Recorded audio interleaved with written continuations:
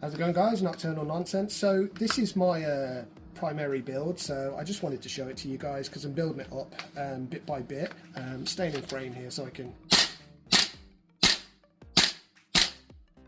I'm actually going to give it a second so the mic can actually just come back to reality, if I can put it that way, because that's so loud that it'll make the mic quiet. So yesterday I got a PQ box for it. This one is actually real. It does work in the IR spectrum and all of those cool things like that. So I've got to get some nods for it, but I've wanted one of these for a while because it just does complete that sort of 13 hours kind of look. And a lot of people ask me, why am I only using the button? So that does have a strobe on it. So I'm only using the button because I watched this really interesting video, and it was an SAS guy saying that they just never ever ran pressure pads, because let's say you're in an area and it's dark obviously, and there's an enemy within that area. It's not going to take much for someone to accidentally just bump that light on for a split second, and then your day is really, really bad. All right, so he said that they never within the service ever ran anything that wasn't actually a proper what's the word I'm looking for, purposely driven. Okay, there's the light, there it's on, you know. I'm at a weird angle here so that you guys can get everything in, but I've set that up perfectly so that I can index it, engage it right there, you know. Obviously it has to go on the wall in a different way, but that's the way I run that. I'm running a SIG Romeo 3, and this thing's awesome. I should say that I did have some teething problems with it drawing power from the battery even when it was off, but it seems to have sorted itself out now. What I was doing is putting 2 batteries in it at first, and you can do both. You could do 2 batteries for longer life, 1 battery. It seems to work a lot better with 1 battery onto it, and I just really liked it because obviously you've got all of the you've got the trades, and it just adds to that look. What's this? This is Ace Tech tracer on the end. I'm not going to put it on. You guys know what tracers do, but I only ever rock the muzzle flash simulator onto it.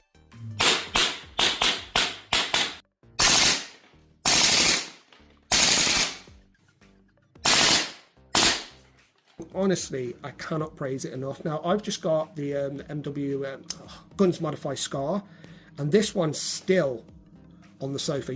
Usually what I do, the missus knows, like if there's a rifle that's in the #1 spot, it's usually sat on the sofa with me. Even though I've got the Guns Modify Scar, this one's still pride of place. Does that make sense?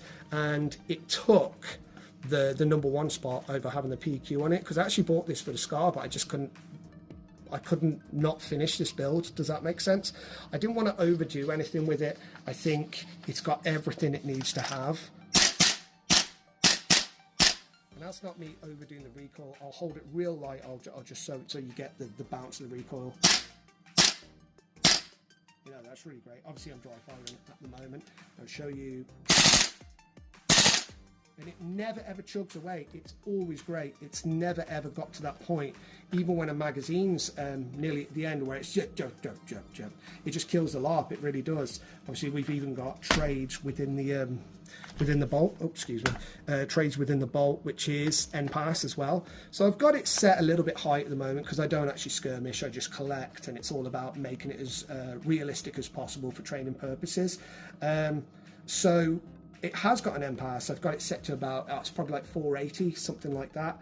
But I'm not shooting anyone with it. It's just a target gun. It doesn't, you know, there's no one that's going to be standing in front of this, you know, as far as AIRSOFT goes. But this is one fill of this magazine. It just never stops. So good. So yeah, just a quick overview of my BCM AR2, and yeah, this thing is awesome. I know a lot of people are really saying about the Guns Modify Scar, but I have both, but this thing is just, it never lets me down. Every time I pick this up, it never ever lets me down. Without shouldering it, see, that's how I'm engaging.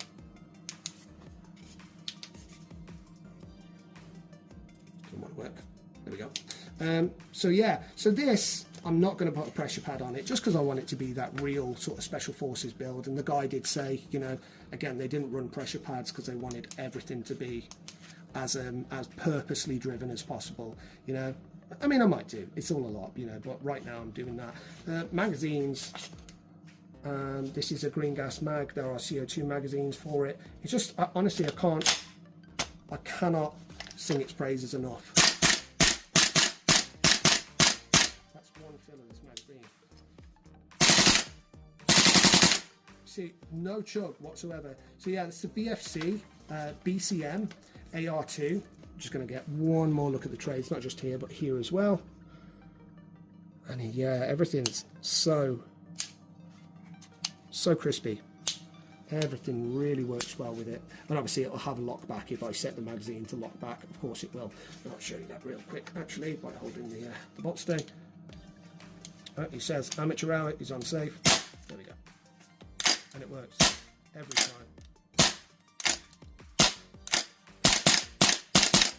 Never fails, never fails. Yeah, super quick look. That's the VFC BCM AR2.